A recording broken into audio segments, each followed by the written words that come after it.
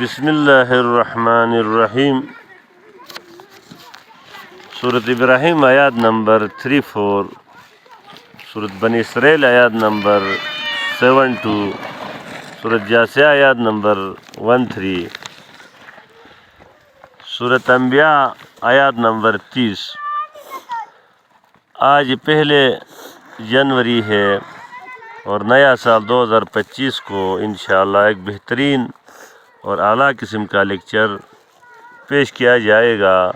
اس سے آپ کی ذہن میں اور ایمان اور شکر میں اضافہ ہوگا۔ اللہ رب العزت نے سب سے پہلے کائنات کو بنانے سے پہلے پانی کو بنایا، اور پانی کے اوپر اللہ کا عرش تھا۔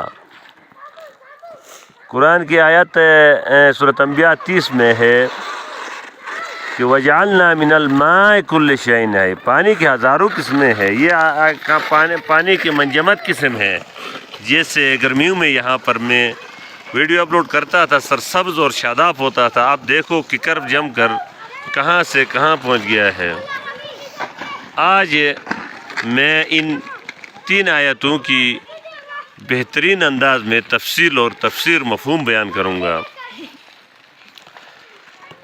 سورۃ ابراہیم کا آیت نمبر 34 میں اللہ فرماتا ہے وَآتَاكُم مِّن كُلِّ مَا سَأَلْتُمُوهُ۔ آپ کو ہم نے انسانوں کو مخاطب کر کے فرماتا ہے کہ آپ کی پیدائش سے اربوں سال پہلے پوٹینشیل کے طور پر ہر چیز کے اندر آپ کی ضرورت کی، آپ کی سہولت کی چیزیں مہیا کر رکھا ہے۔ اب جو ہمارے سامنے جو سہولیات ہے، پانی کی ذریعے سے الیکٹرک تیار کیا جاتا ہے، بجلی اور انرجی بنایا جاتا ہے، یہ پوٹینشیل کروڑوں سال پہلے اللہ نے پانی کے اندر رکھ چکا تھا۔ دوسرے میں اللہ فرماتا ہے کہ وَمَنْ كَانَ فِي هَذِهِ أَعْمَىٰ فَهُوَ فِي الْآخِرَةِ أَعْمَىٰ وَأَضَلُّ سَبِيلًا۔ یہ سورت بنی اسرائیل کی آیات نمبر 72 ہے۔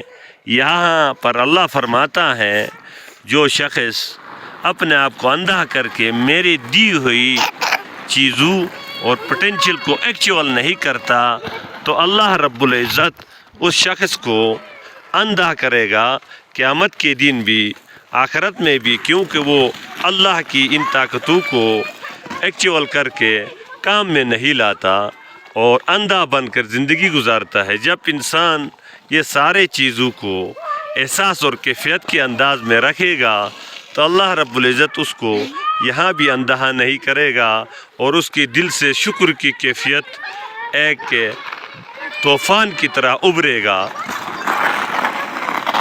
یہ ہے اللہ رب العزت کی قدرت۔ دوسرے آیات میں سورۃ جاسیہ کی 13 میں اللہ فرماتا ہے وَسَخَّرَ لَكُم مَا فِي السَّمَاوَاتِ وَمَا فِي الْأَرْضِ جَمِيعًا مِّنْهُ، اپنی طرف سے ہر چیز کو تمہارا غلام بنایا ہے۔ اب مسلمان یورپ کے غلام بنا ہوا ہے اور اس کے بنائے ہوئے چیزوں کو استعمال کرتا ہے اور انسان کا بھی شکریہ ادا نہیں کرتا اور اللہ رب العزت کا دی ہوئی چیزوں کا احساس کر کے ایمان اپنے دل میں نہیں لاتا، اس وجہ سے اس کو قیامت کے دن اندھا کر کے اٹھایا جائے گا۔